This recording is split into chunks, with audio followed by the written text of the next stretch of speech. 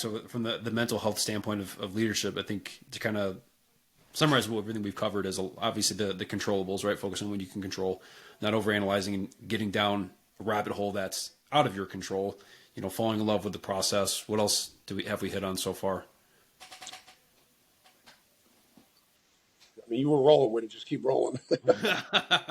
I think Controlling that overanalyzing. The importance of and we really didn't get into that. We haven't gotten into routines yet, but in proper routines that are actually scientifically studied. But everybody that's in management should have a morning routine. Everybody should have a nighttime routine to get themselves prepared for bed properly, to get mentally ready for the day. And I know I'm going off a little bit, but you have me thinking about it now. And everybody needs to have that morning routine, that the going to bed routine and that morning routine, because that is a discipline to create structure so that you are mentally going to bed, preparing yourself for the next day, waking up, putting yourself in the right mindset, whether it's, a couple minutes of stretching every day, a couple minutes of meditation, whether some people get up real early and go work out before their day starts. But those are two of the most important disciplines I found for myself and when I was coaching people, that if you can get somebody into that specific mental nighttime routine and specific thing they do in their morning, they're going to be good 95% of the time.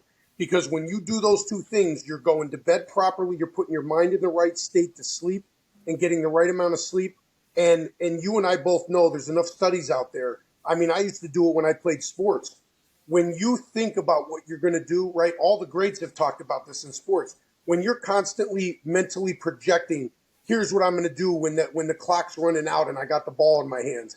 Here's what I'm going to do in this situation. When it actually happens, it somehow it just comes to you and you're prepared to do it. And the same goes for everybody getting up the grind to go be a manager, whether it's, in whatever line of work they do. You're going to be a CEO, you're going to be a boss. You have to get yourself mentally prepared, project for things to go wrong and how you're going to handle them, project for different situations to come up, and then wake up right back in that mode of mentally preparing yourself for the day to handle stresses, to handle curveballs, to handle different things that are going to come at you, and still be able to be good at what you do, be successful at what you do, and feel good. And I think that ties into mental health, because when you're prepared and you do those disciplines properly, you won't have really mental health issues. Even when something bad comes at you, you're already mentally prepared on how to handle it, and you just kind of move right through it. And, everybody that, really looks at sports stars as role models, like, wow, how does Michael Jordan handle that pressure? Kobe Bryant handle that pressure when the clock's running out and they've already played the entire game. They're exhausted physically. They're exhausted mentally.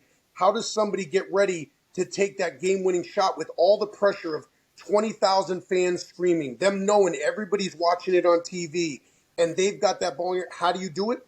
It's literally thinking about that moment every single night when you go to bed, every single time you're sitting there and ready to take a nap, every morning when you wake up and you're getting yourself ready. And the same goes for everybody that has to go out and do any kind of job. You have to prepare mentally the same way.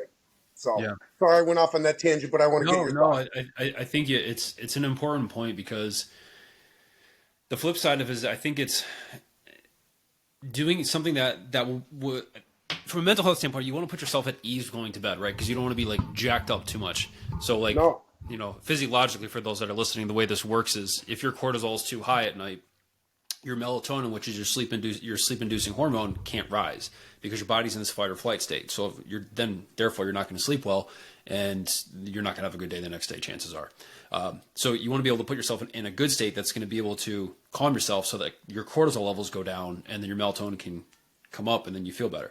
On that note, too, because what ends up happening is many of us get so overworked that you end up with what I've heard is termed as productivity paranoia, which is you're up at night thinking about everything for the next day, the should have, could have, would have from this day, and maybe before, right? You're future oriented, you're past oriented, but you're not present.